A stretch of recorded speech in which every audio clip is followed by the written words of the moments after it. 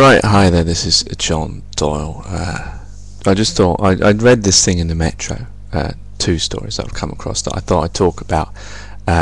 It's from the Metro, as you can see, a bit of advertising for them, which issues this Friday the 13th of March 2009. And I just wanted to read these out, and please put your video comments below. Maybe this could be a new feature, John Doyle on the news. Right, so please put your comments below, and also your comments, you can make video comments as well, that'd be great as well as text ones. Right, so this is on page 13 on Friday the 13th. Text peer is released over M1 death crash.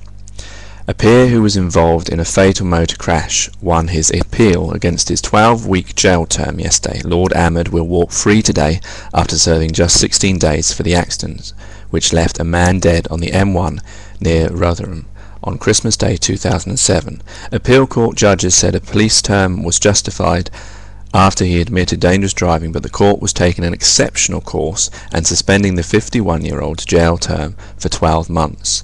His barristers had argued that his work in the community would be irreparably and permanently damaged if his jail term continued. Lord Ahmed had been texting 2 minutes before his Jaguar hit an Audi, but the judge at the original trial said that was not connected to the accident.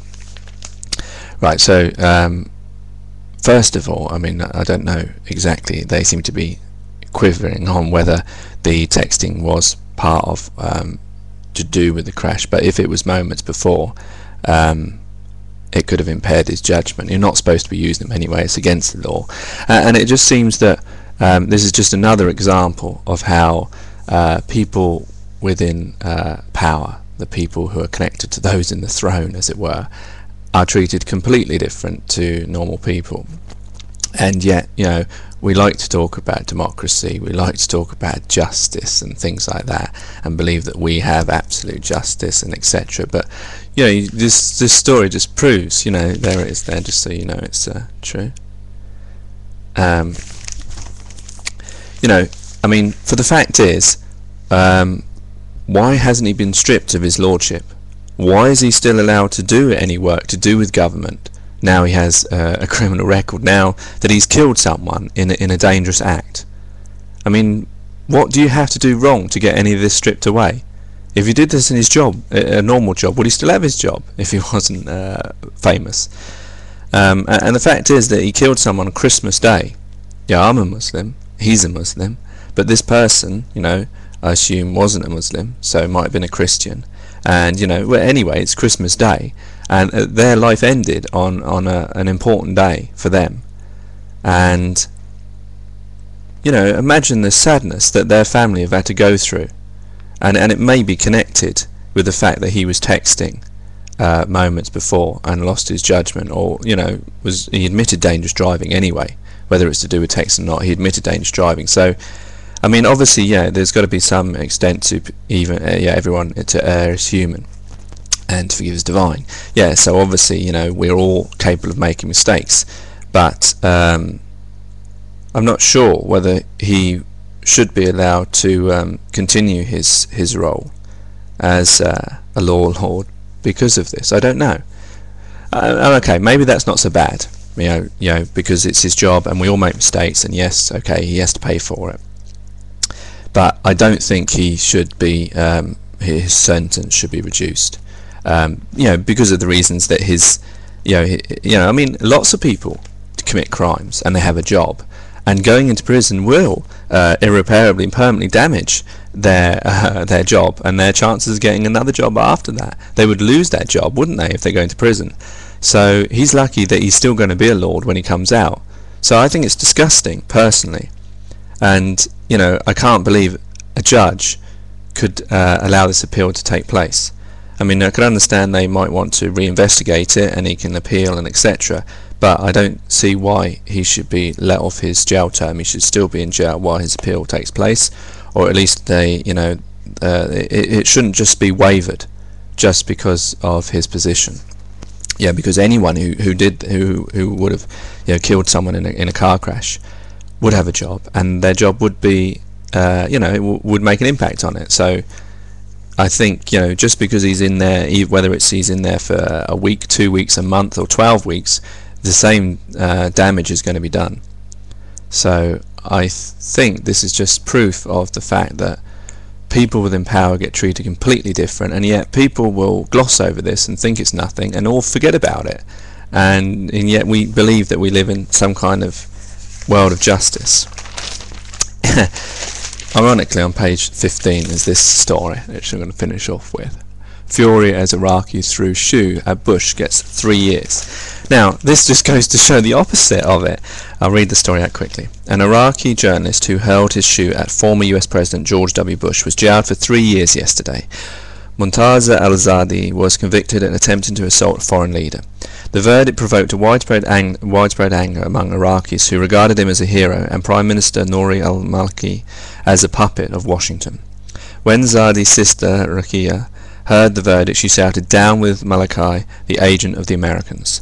The TV reporter who pleaded not guilty told the Baghdad court, "What I did was a natural reaction for the crimes committed against the Iraqi people." He earned worldwide fame in December when he struck during a news conference. The 30-year-old said he snapped when he saw Mr. Bush smile as he talked about achievements in Iraq. As he threw his shoes, a terrible insult in Iraq, he shouted, "This is a goodbye kiss from the Iraqi people, dog." Mr. Bush ducked and was not hit by the flying footwear. Zadi's defense team said they would appeal. "I believe the judges were under political pressure from known fractions. The verdict is unfair," and a spokesman for the politicians loyal to anti-American Shia cleric Muqtada al-Sadr. Now, you know, obviously I don't approve of throwing shoes at premiers. I also don't approve of illegal wars or going against international law as regards to regime change, and a whole lot, you know, lying to the people and etc. in regard to Iraq. I mean, let's face it, usually in war, when the victor pays for everything. In the Second World War, when Germany lost, it was us who, America and Britain and Europe, who helped restabilize it, put money back into it, rebuilt a lot of it, because the idea is that that's, you know, a way of breaking the peace, and also by putting them back into money, they won't slip back into that kind of thing. Whereas look at Iraq, it's actually worse than it was under Saddam Hussein, which is, you know, shameful for the Westerners, America and Britain, that, you know, all their real interest has been taking the oil and getting rid of Saddam and etc. But anyway, to the story, it is interesting. I mean, I don't know if this was done in this country, what kind of punishment you'd get. I don't think you'd get 3 years. Would you? Seriously, come on. He didn't even hit him. If he hit him, it could be assault. But as he missed him, was that attempted assault?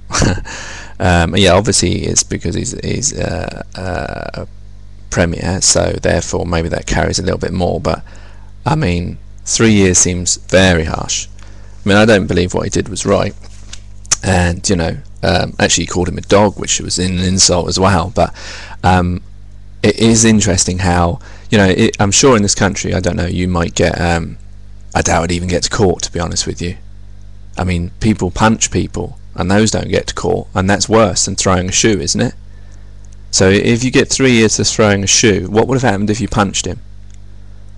I mean, look at in this country, when the Deputy Prime Minister was, what's his name? I don't remember now. When he punched a person who threw an egg at him, I don't believe there was any charges there. I don't think he went down for 3 years. So it is interesting how, I mean, you know, I would be surprised if he was even doing community service, but 3 years seems a lot. Anyway, so there's two stories for you. Please put your views. I'm sure the second one's going to get a lot of controversial views. Please try and be sensible. If you're going to be extreme, then at least please try and explain your extremism either way, because then at least we can understand. Leave your comments, video ones or text comments, and that's it for now. Thank you for listening. I hope you've enjoyed. Take care, take it easy, and peace.